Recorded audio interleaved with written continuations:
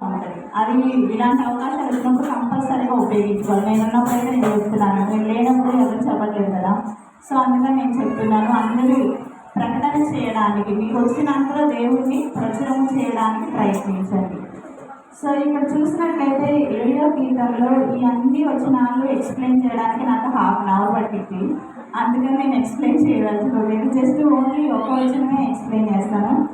అదేంటంటే 4వ వచనం, నీ కోరికను సిద్ధింపచేసి నీ ఆలోచన యావత్తును సఫలపరచును కాక. సో మానవులైన మనకి అనేకమైనటువంటి కోరికలు ఉంటాయి, అవునా? ఒక అంతస్తు కట్టారనుకోండి, తర్వాత ఏం ప్లాన్ చేస్తారు? రెండో అంతస్తు కట్టినాక మళ్ళీ 3వ అంతస్తు, ఇలా ప్లాన్ చేస్తూనే ఉంటాం. మన కోరికలకి, మానవుల కోరికలకి అసలు అంత అనేది ఉండదన్నమాట.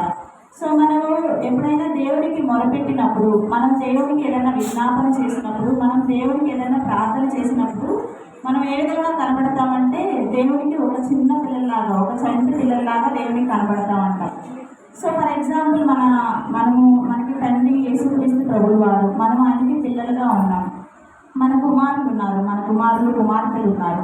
వాళ్ళు వచ్చి అడుగుతారు, అమ్మ నాకు ఒక పెన్ను పుస్తకం కావాలి, నేను చదువుకోవాలి అంటే మనం ఎంతో సంతోషపడి తెచ్చిస్తామా లేదా వాళ్ళకి? ఎందుకంటే అది చాలా ఉపయోగకరం, వాళ్ళ భవిష్యత్తు తీర్చిదిద్దుకోవడానికి చాలా ఉపయోగకరంగా మనం తెచ్చిస్తాము. సో ఇక్కడ ఏమంటున్నారు, నీ కోరికలు సిద్ధింపచేసి నీ ఆలోచన యావత్తును సఫలం చేస్తానంటున్నారు. మన ఆలోచనలను దేవుడు సఫలం చేస్తున్నాడా? మీరు అడిగిన ప్రతి ఒక్కటి జరుగుతున్నాయా? జరగదు కొన్నిసార్లు. ఎందుకంటే అది ఏ విధంగా ఉండాలంటే మన కోరిక దేవుడి చిత్తానుసారమైంది. అది ఆయన నెరవేర్చగలిగితే కంపల్సరిగా ఈ కోరిక నెరవేరిస్తే ఇవి జీవితంలో చాలా సంతోషిస్తుంది అప్పుడే దేవుడు ఏం చేస్తాడంటే, మనం అడిగిన కోరికలు ఆయన చిత్తానుసారంగా ఉంటే దేవుడు కంపల్సరిగా మన ఆలోచనలు కానీ మన కోరికలను కానీ సఫలం చేస్తాడు. అయితే మనము ఏమి తింటాము, ఏమి తాగుదాము అనే మన దేహం గురించి, మన శరీరం గురించి ఎప్పుడు చింతిస్తూ ప్రభా ఇవ్వ అనే చాలా కోరికలు కోరుతూ ఉంటాం. అయితే దేవుడు ఏమని చెప్తున్నాడంటే, మత్తయి సువార్త 6వ అధ్యాయం 33 వచ్చిన ఒకసారి చూద్దాం.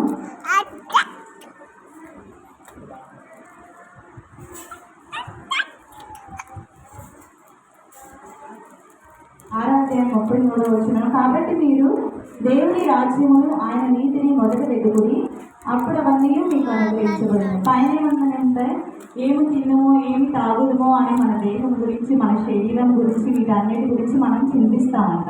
ఇవన్నీ కూడా మన కోరికల్లో భాగాలుగా ఉంటుంది. కానీ దేవుడు మనం అడిగినప్పుడు అది ఆయన చిత్తానుసారంగా, మొదటి మనం ఏం అడగాలంటే ఈ లోకపరమైన ఇవన్నీ అడగకూడదు, కానీ ఆయన రాజ్యాన్ని, ఆయన పరలోక రాజ్యం మనం ఏ విధంగా చేరాలి, ఈ భూలోకంలోనే ఆయన ఏర్పరిచిన రాజ్యాన్ని మనం ఏ విధంగా కనుక్కోవాలి అని ఆయన రాజ్యం గురించి, అండ్ దేవుడు మనకిచ్చిన నీతిని, దేవుడు మన క్రియల ద్వారా, మన నీతి కార్యాల ద్వారా వచ్చేటువంటి నీతి కాదు. దేవుడు ఏం చెప్పారంటే, ఏ భేదం లేదు, అందరినీ పాపం చేసి దేవుడు అనుగ్రహించి మహిమను పొందలేకపోతున్నారు అన్నారు.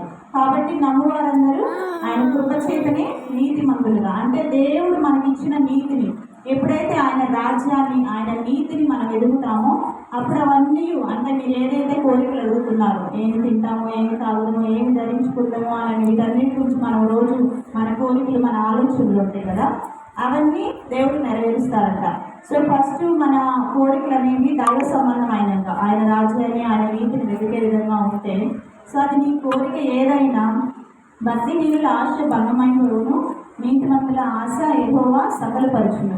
సో నువ్వు దేవుని నీతిని వెతికి, నువ్వు నీతిమంతుడిగా ఉండి అది ఆయన చిత్తానుసారంగా ఉంటే నీ కోరిక ఏ విధంగా ఉన్నప్పటికీ ఆయన నెరవేర్చేవాడిగా ఉన్నాడు. నీ ఆలోచన అన్నింటిలో అన్నీ నెరవేర్చేవాడు దేవుడు, అది ఆయన చిత్తానుసారం అయితేనే నెరవేరుస్తాడు.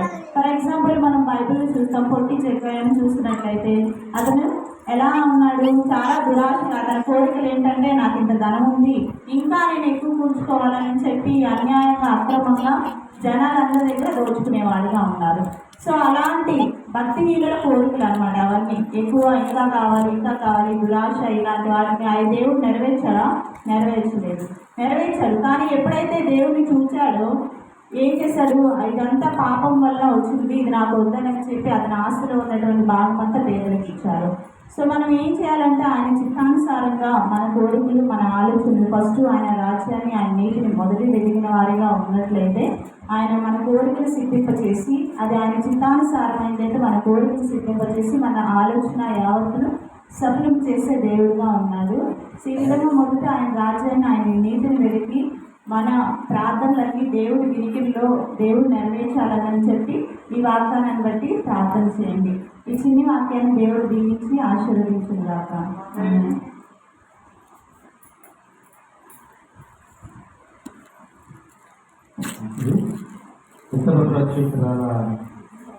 వాక్యాన్ని నడిపి